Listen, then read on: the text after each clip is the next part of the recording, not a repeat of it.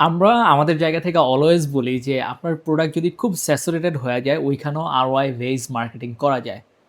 So এরকম এই কথা শুনে অনেকে আমাদের সাথে অনবোর্ড হইতে আসে এবং অনেকের সিনারিও তো এরকম হয় যে আমাদের সাথে অনবোর্ড হওয়ার সাথে, সাথে হিউজ পরিমাণে সেল জেনারেট হবে। সেলটা হবে কিন্তু এইখানে একটু কিন্তু আছে।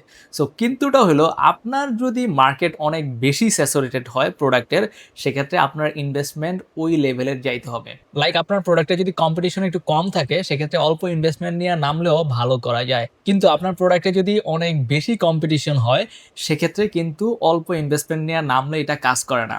ওই যে আমরা যখন বলছি যে হ্যাঁ, এইটাও আরওআই বেইস মার্কেটিং করা যায়, এইটাও প্রফিট মেক করা যায়, এইটাও মার্কেট পজিশন করা যায়। কিন্তু এটা কিভাবে করা যায় সেটা তো আর আপনাদেরকে বলি নাই। এটার জন্য আমাদেরকে অনেক এক্সপেন্সিভ মার্কেটিং করতে হয়। অনেক বড়, বড় ইনফ্লুয়েন্সার আমাদেরকে হায়ার করতে হয়।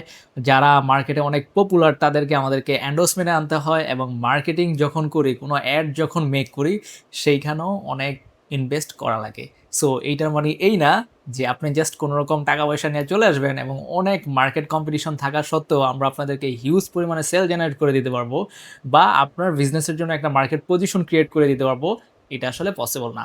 সো আপনারা যারাই চিন্তা করেন যে হ্যাঁ, আপনার মার্কেটে কম্পিটিশন অনেক বেশি, আপনার এটাও মাথায় রাখতে হবে সেখানে কিন্তু আপনার ইনভেস্টমেন্টও অনেক বেশি লাগবে। অল্প ইনভেস্টমেন্টে আসলে মার্কেটে পজিশন করা স্পেশালি স্যাচুরেট মার্কেটে এখন কোয়াইট টাফ।